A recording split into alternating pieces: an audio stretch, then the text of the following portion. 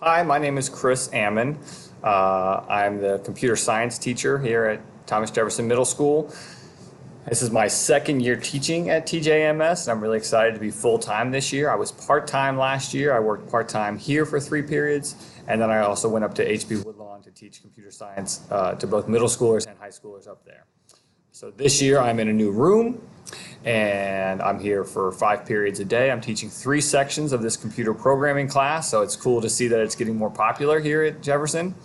And I also teach a computer applications class specifically to 8th graders, and that's a semester-long course. And I also help out teaching a technology education class right this semester for 7th graders and next semester for 8th graders. So pretty big, busy schedule, and as the students know, over on my whiteboard there, I have 3 different classes all throughout the day, and then next semester I'll actually change and add a couple more classes and stop teaching 2 of these classes. So I got my hands full this year. I'm really excited that you're students in my class. Computer programming is a lot of fun. We get our hands dirty doing a lot of code. We work on lots of different projects throughout the year. I wanted to show you our Canvas website, which is where I post assignments. Students may turn in some stuff on Canvas, but most of the stuff they do, I just look at their code, or they actually, maybe attach a file as we get later in the year. They'll be handwriting code and attaching files to me. But for now, they might be building, and I'll show you an example of this, but they'll build some block-based code. There's not really anything to turn into me. I'll just look at their work at the computer in class here. This room, the students may have told you, it's a brand new room this year, so we're still waiting on some furniture. We have some desktops, as you can see. Which side? This side behind me. We're actually going to get brand new laptops, so the students will be working one-to-one. They'll have their own laptop in class. They don't take it with them home, but they'll have it in class, so they can do lots of programming. I do pair them up a lot so that they sort of, as one is typing, the other one's helping think through the problem. But they get plenty of time to work on the computers directly. So let me jump over and show you, here's our syllabus. This is Canvas. This is the website that the students use. It's available on the internet once they log in, so they could show this to you at home if you have access to a computer and internet at home. There's an app for their iPad, actually, so you could see it there. From there, you can get to our syllabus. You can also read more about what the state of Virginia says about this course and what kind of skills the students are supposed to be learning from this website. Here's this rundown of what we'll be working on, and I'll show you more specifically in our syllabus. So there's my contact information and the school's phone number. If I'm in this classroom, I'm usually teaching, so phone's not the best way to get in touch with me. But if you call the main office, we can certainly schedule a time to chat. Or you can even come in and have a meeting if that's helpful to you. At the end of the day here, I actually drive up to HB Woodlawn and teach one class up there. So if you want to see me in the afternoons, would have to make an appointment to do that. But I'm happy to do that. So here's basically what we're going to be doing. First, we're going to learn a little bit about what computers are, how computers work. What is a computer? And we sort of throughout the whole year, we talk about what kind of jobs there are in tech that use technology. And we talk about this idea of workplace readiness skills. And I'll tell you more about that in just a second. Then we start getting into what computer software is, of course, and that's programming. We'll talk about computer programs as a way to solve problems. We talk about the basic concepts of computer programming. And then the kids get to work. We have a little unit where they develop simple games in an application called Scratch, and I'll show you that. We'll do a little bit with app development. If we have time, we'll do some web page development. And then finally, the students get to hand type code in a coding language called Python. So let me give you a couple of examples. So this will show you sort of the progression through the year. In the very beginning of the year, they use sort of these block-based languages to learn the concepts of coding, right? So that we can run the program and the little person moves however many blocks I've given them, okay? That's sort of the very, very basic stuff.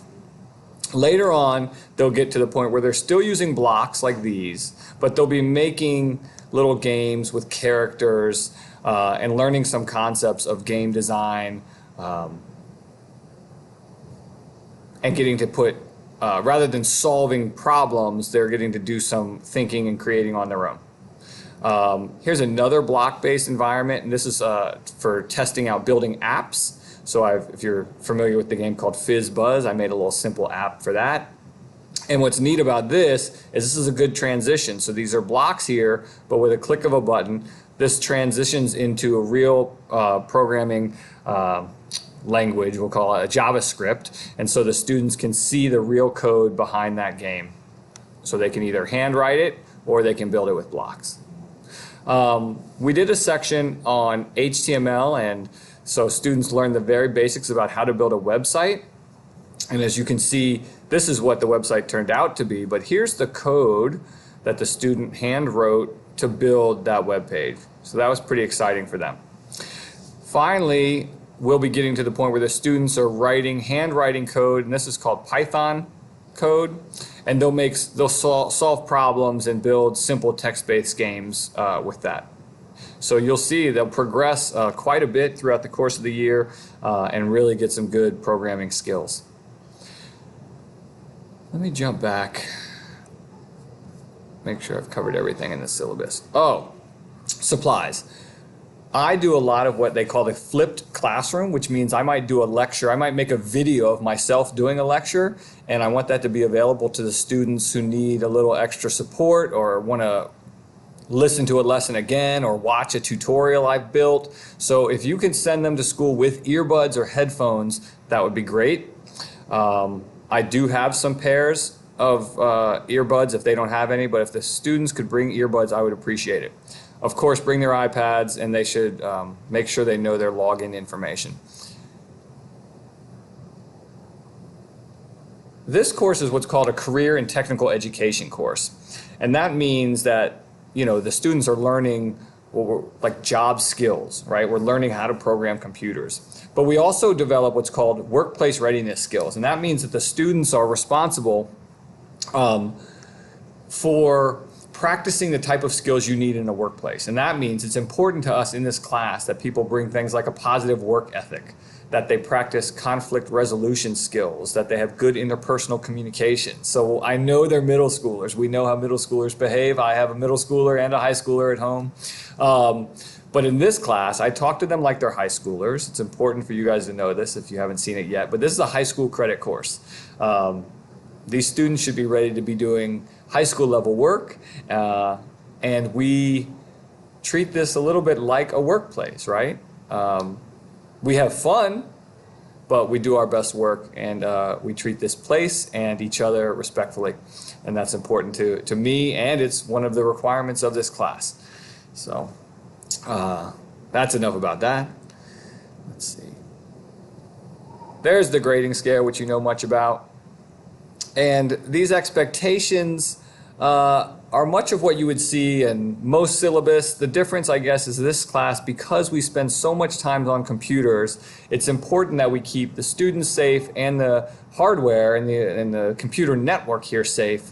So, I need students to sort of wait for me to tell them they can use the computer. It's really important that they stay inside the APS firewall and don't go into any websites that they shouldn't be on. And while I do let them have, like a bottle of water or something, or even a snack when they're in my class, it's important we keep food and drinks away from the computers so we don't damage anything. It's a new school rule this year. Students cannot have a phone turned on while they're in school once the opening bell has rung. But I also reiterate that, there might be a time when a student doesn't have their iPad or something and they need to look something up. Again, we have computers, so there's almost never a reason to do this, but I might let them turn on their phone to get to a file or something. But basically, you shouldn't expect your student's phone to be working while they're in school. Lastly, I enforce the golden rule. I want everyone in this class, me included, to treat people the way we want to be included. So it's a very friendly classroom environment, and we work hard, and we do high school level work, and we have a good time. So if you need to get in touch with me, you have my email address. That's probably the best way. I check it multiple times a day. Otherwise, if you want to call the main office, if you have any need to schedule a meeting or something like that, I'm available for that as well. But I look forward to a fun year, and thank you.